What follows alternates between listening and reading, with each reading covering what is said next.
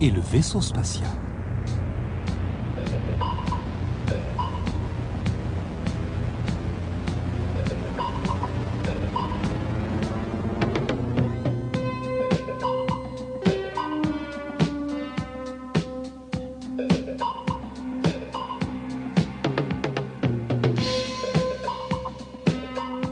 Minus, le satellite, vit sur la station spatiale de Deneb, avec ses amis vaisseaux spatiaux et robots, et avec Mère Grand, l'ordinateur. Ce jour-là, il survole l'astéroïde de glace quand il voit un petit disque métallique. Minus l'attrape avec son bras articulé, mais le disque se met aussitôt à parler. Hé, laisse-moi partir! Dis-moi d'abord qui tu es. Dit Minus. Je suis Zip, le palais robot, et je parle toutes les langues de l'espace. Minus se pose sur l'astéroïde. Yuri et Nikita, les Spoutnik jumeaux, sont là. Ils tiennent de drôles d'objets en verre et en métal. Salut les jumeaux. Que faites-vous avec ça? Nous les avons trouvés et nous jouons au hockey avec. Un appel radio les interrompt. C'est Mère Grand, l'ordinateur de la base spatiale. Mère Grand à Minus. Mère Grand à Minus. Urgence. Rallye. Le message a été interrompu. S'étonne Minus. Je dois aller voir ce qui se passe à la station. À bientôt les jumeaux. Sur Deneb, c'est l'alerte. Un vaisseau tourne autour de la base. Deneb est attaqué. Vite! Se dit Minus en poussant à fond son moteur. Mais, bang! Une violente secousse l'arrête net et ses phares s'éteignent. Je suis touché! Crie Minus. L'énorme vaisseau s'approche.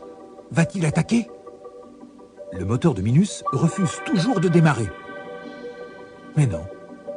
Il se contente d'émettre des sons bizarres et incompréhensibles. Heureusement, Zek, la vieille navette, arrive. Je suis touché, Zek! Mais non, tu as été pris dans la barrière magnétique de la base. Mère Grand voulait te prévenir, mais la radio est tombée en panne. Zek soulève Minus avec son bras magnétique et le ramène à Deneb. Une fois réparé par les robots docteurs, Minus se rend auprès de Mère Grand. Le croiseur brigadier est avec elle. Laissez-moi le mettre en pièces! Hurle-t-il. Il a heurté un de nos bus spatiaux, cogné notre antenne radio et attaqué Minus! Non, brigadier, Répond l'ordinateur. il n'a pas tiré un seul coup de feu. Nous devons comprendre ce qu'il fait ici. Écoutez, Dit enfin Minus. j'ai enregistré sa voix.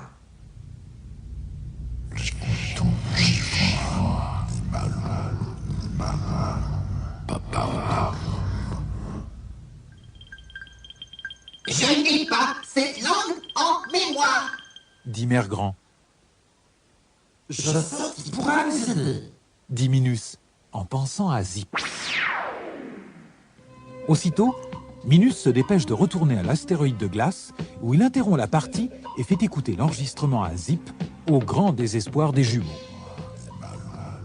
C'est de l'esponglais. Affirme Zip. Ce n'est pas clair, mais il n'a pas l'air de vouloir détruire notre station. Viens avec moi, Zip. Demande Minus. Tu traduiras ce qu'il veut nous dire. Oh non! S'écrie Nikita. Notre match n'est pas fini. Tu dois rester. Tu iras la semaine prochaine. Ajoute Yuri. Excusez-moi les jumeaux, mais c'est urgent. Et Minus s'envole avec le palais. Vite! Suivons-le. Crie Yuri. Minus et Zip s'approchent du vaisseau étranger.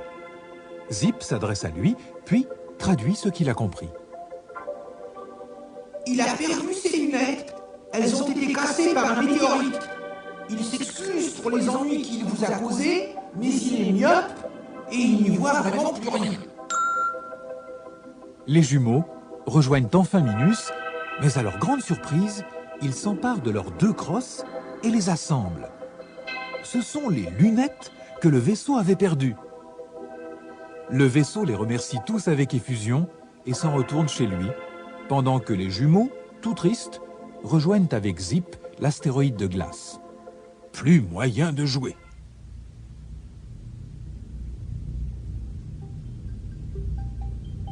Mais une semaine plus tard, Minus reçoit un colis pour les jumeaux de la part du vaisseau.